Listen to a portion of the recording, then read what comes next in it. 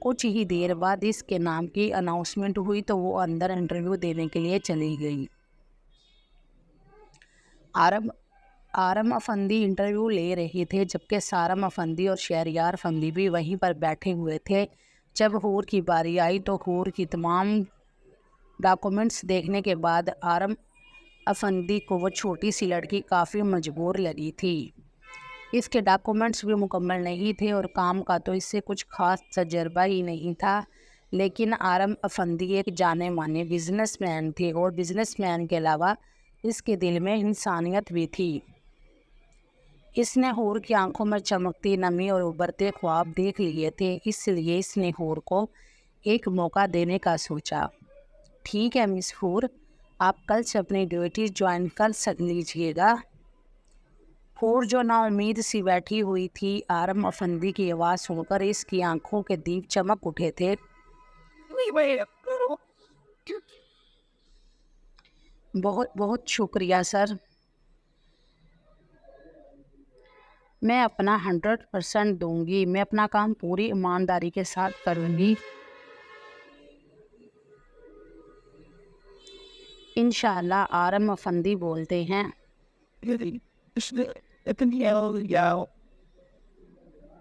اور حور اپنی فائل اٹھائے باہر نکل جاتی ہے۔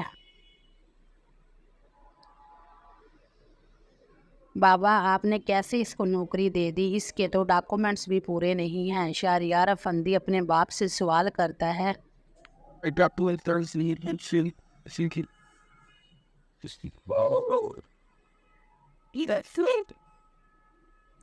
بیٹا، میں نے دنیا دیکھی ہے، میں وہ دیکھ رہا ہوں جو تم لوگ نہیں دیکھ سکتے۔ نہ جانے کون سی مجبوری ہے کہ اس چھوٹی سی عمر میں اس لڑکی کو نوکری کی ضرورت پڑ گئی ہے۔ کبھی کبھی منافع سے ہٹ کر انسانیت کے بارے میں بھی سوچ لینا چاہیے، اور مجھے پورا یقین ہے کہ حور ایک بہت اچھی ورکر ثابت ہوگی۔ شہریار کو اپنے باپ کی بات کچھ خاص پلے تو نہیں پڑی تھی، لیکن وہ اپنے باپ کو کچھ بول بھی نہیں سکتا تھا۔ ٹھیک ہے بابا، جیسے آپ کو بہتر لگے، یہ کہہ کر شہریار اپنے کیبن کی طرف بڑھ گیا۔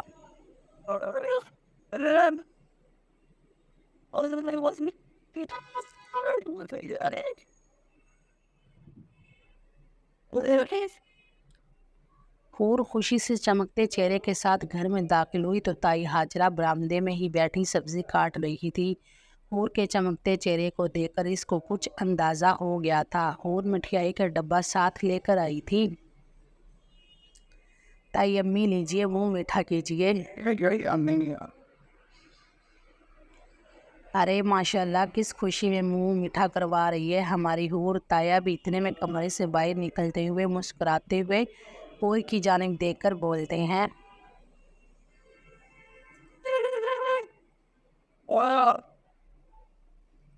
لیجیے تایا ابو، آپ بھی منہ میٹھا کریں، مجھے نوکری مل گئی ہے اس شہر کی بہت بڑی کمپنی میں۔ کل سے میری ڈیوٹی کا پہلا دن ہے۔ حور مسکراتے ہوئے خوشخبری سناتی ہے۔ ماشاءاللہ، مبارک ہو۔ تائی ہاجرہ اس کے سر پر پیار دیتی ہے اور اس کے ہاتھ سے رسگلہ لے کر منہ میں رکھ لیتی ہے۔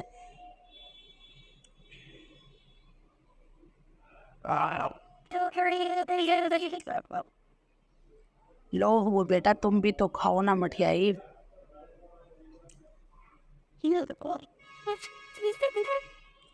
جی جی تائی امی، میں شکرانے کے نفل ادا کر لوں، اس کے بعد پھر میں آپ کے ساتھ سبزی بنواتی ہوں۔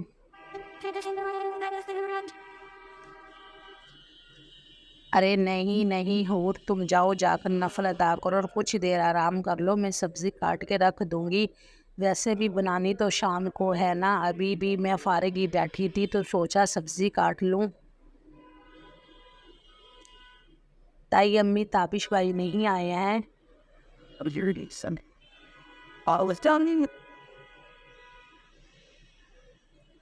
نام نہ لو اس نجار کا، سارا دن آوارہ دوستوں کے ساتھ گھومتا رہتا ہے، جب پیسوں کی ضرورت ہو تو گھر میں آ جاتا ہے۔ تائی ہاجرہ کو تابش کا نام سنتے ہی ایسے لگا جیسے اس نے کڑوا بادام نگل لیا ہو۔ کہنے کو تو تابش ہاجرہ کا اکلوتا بیٹا تھا، لیکن اس کے کرتوت ایسے تھے کہ تائی حاجرہ اس کو اپنا بیٹا بھی نہیں مانتی تھی۔ کبھی کبھی تو حاجرہ بیگم کو لگتا تھا کہ بچپن میں اس کا بیٹا ہی بدلا گیا ہے، اس لیے اس کی ساری امیدیں حور سے ہی تھی، اور حور کو تو اس نے بالکل اپنے بیٹی کی طرح ہی سمجھا تھا۔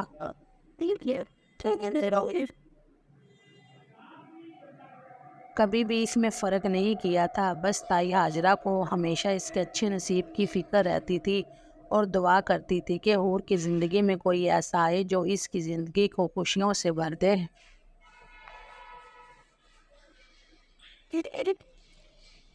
قسمت دور کھڑی مسکرا رہی تھی، جلد ہی حور کی زندگی میں بھی خوشیاں آنے والی تھی۔ اب یہ حور پر محضر کرتا تھا، وہ ان خوشیوں کو باہیں واں کرتے ہوئے قبول کرتی ہے یا گھر آئی خوشیوں سے منہ موڑ لیتی ہے۔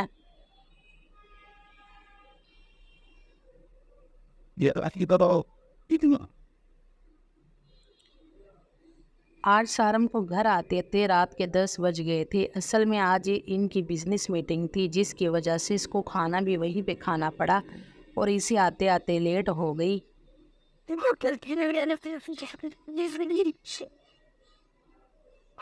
ماہا کو اس نے میسج کر کے بتا دیا تھا کہ وہ کھانا کھا لے، اس کا انتظار نہیں کرے۔ ماہا کھانا کھا کر سونے آ کر لیٹ گئی تھی، لیکن سارم کا کچھ پتہ نہیں تھا۔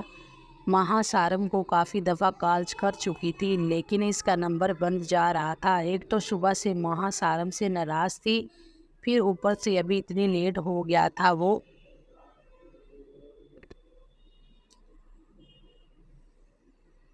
ماہا منہ پھیلائے بیڈ پر بیٹھی اسی کا انتظار کر رہی تھی، جب دروازہ کلک کی آواز سے کھلا۔ ماہا نے نظر اٹھا کر دیکھا تو سارم تھکا تھکا سا بازو پر اپنا کوٹ رکھے اندر داخل ہوا۔ ناراضگی اپنی جگہ، لیکن ماہا بیڈ سے اٹھ کر مسکراتے ہوئے اس کی طرف آتی ہے اور اس کے ہاتھ سے کوٹ لے کر اس کو ہینگ کر کے وارڈروب میں رکھتی ہے۔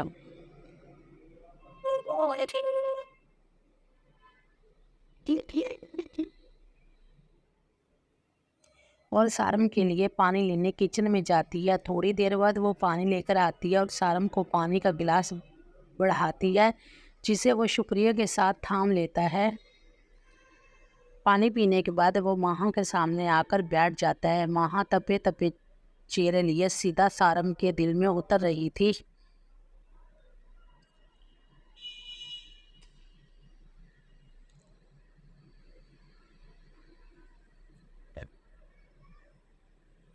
ماہا ڈارلنگ، صبح والی بات کو لے کر ابھی تک ناراض ہو؟ سوری، میرا وہ مطلب نہیں تھا، میں تو اپنی چھوٹی سی جان سے مذاق کر رہا تھا۔ تمہیں پتہ ہے نا میں تم سے کتنا زیادہ پیار کرتا ہوں، اور پھر میاں بیوی کا رشتہ تو ہوتا ہی ایسا ہے، جب تک ایک دوسرے سے مذاق مستی نہ کرو سکون نہیں ملتا۔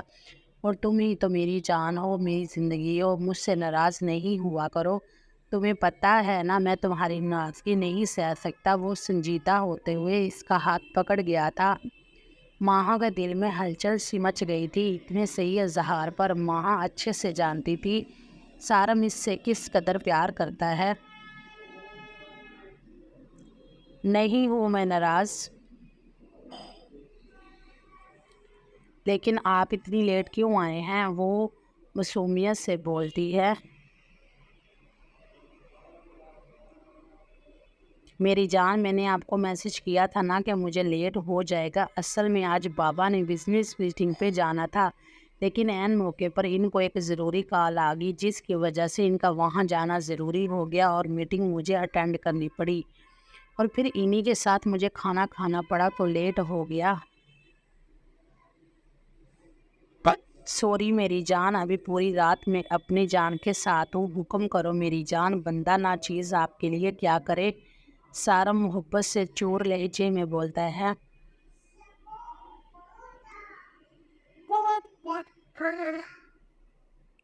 ماہا آگے بڑھ کر سارم کے چوڑے سینے پر اپنا سر رکھ گئی۔ آئی miss you so much Sarim.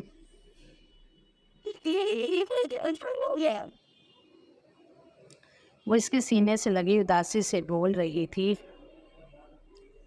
I miss you to سو مچ میری جان۔ اچھا یہ بتائیں آپ نے کھانا کھایا ہے؟ جی میں نے کھانا کھا لیا ہے، میں بس ابھی آپ کا ہی انتظار کر رہی تھی۔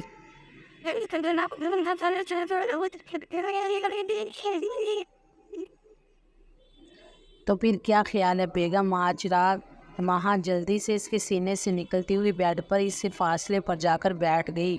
سارم کا قہقہ کمرے میں گونجا تھا۔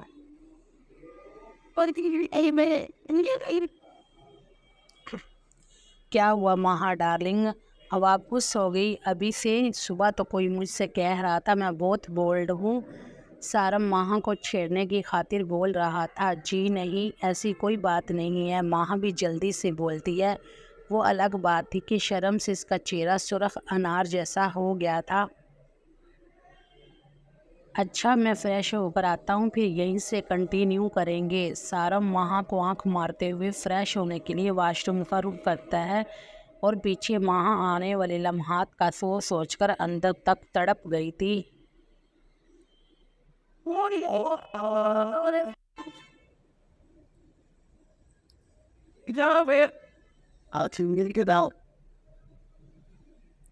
زویا صبح سے نکلی ہوئی تھی اور اب رات ہو گئی تھی، لیکن اس کا کچھ بھی پتہ نہیں تھا۔ ابام نے اسے کافی دفعہ کال کرنے کی کوشش کی تھی، لیکن ہر دفعہ وہ اس کی کال کاٹ دیتی تھی۔ وہ غصے سے جلا بھونا کمرے میں چکر لگا رہا تھا جب وہ ڈھیرو بیگ لیے کمرے میں آتی ہے۔ ہیلو بام، کیسے ہو؟ دیکھو آج میں نے کتنی زیادہ شاپنگ کی ہے۔ اور زویا ایک ایک بیگ کھول کر کپڑوں کا ڈھیر بیڈ پر لگا گئی۔ کہاں تھی تم صبح سے؟ بام غصے سے چلاتا ہے، بتایا تو تھا شاپنگ پہ جانا ہے تو میں گیا تھا نا تمہارے ساتھ، پھر مجھے چھوڑ کر تم اپنے دوست کے ساتھ کیوں چلی گئی تھی؟ کیا وہ مجھ سے زیادہ اچھا لگتا ہے تمہیں؟ دیکھو بام، تم اپنی اوقات میں رہو، وہ میرا دوست ہے۔ اچانک شاپنگ مال میں مل گیا تو اس نے مجھے شاپنگ کی آفر کر دی، تو تمہارے کہنے کا مطلب ہے کہ میں اس کی یہ آفر ٹھکرا دیتی؟ تو تمہاری نظروں میں میری کوئی اہمیت ہی نہیں ہے؟ تم اپنے شوہر کو چھوڑ کر کسی غیر کے ساتھ شاپنگ کرنے چلی گئی تھی۔ ابام اب تم حد سے بڑھ رہے ہو، وہ میرا دوست ہے، اس سے زیادہ کچھ بھی نہیں، اور میں جس سے بھی ملوں تم ہوتے کون ہو مجھے روکنے والے؟ زویا بھی غصے سے چیخنے لگی تھی۔ میں تمہارا شوہر ہوں، میں تمہیں روک سکتا ہوں؟ شور ہو تو شور بن کر رہو، حکم چلانے کی ضرورت نہیں ہے۔ میرے ٹکڑوں پر پل رہے ہو اور مجھے ہی آنکھیں دکھاتے ہو۔ زویا بھی غصے سے پھٹ پڑی تھی۔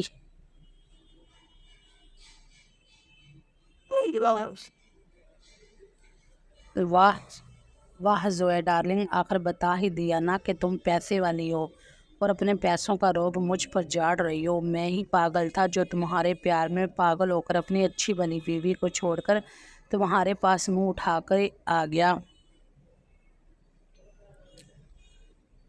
تمہیں کوئی مجھ سے پیار ویار نہیں ہے، تمہیں صرف دولت سے پیار ہے، اور یہی دولت اگر اس مڈل کلاس ہور کے پاس ہوتی تو تم کبھی بھی میرے پیچھے رال ٹپکاتے ہوئے نہیں آتے، سمجھے تم؟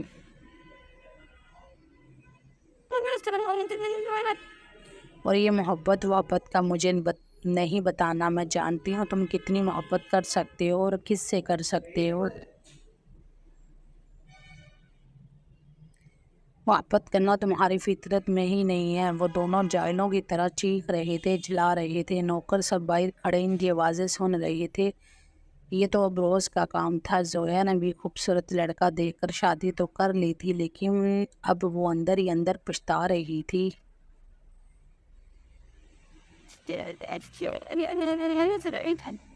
ناول جاری ہے۔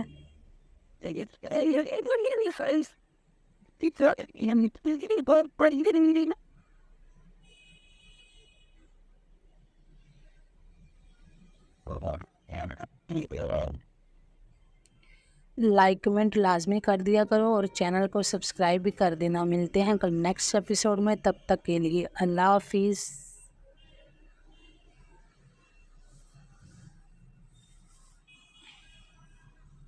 Into my credits. Yeah, the what?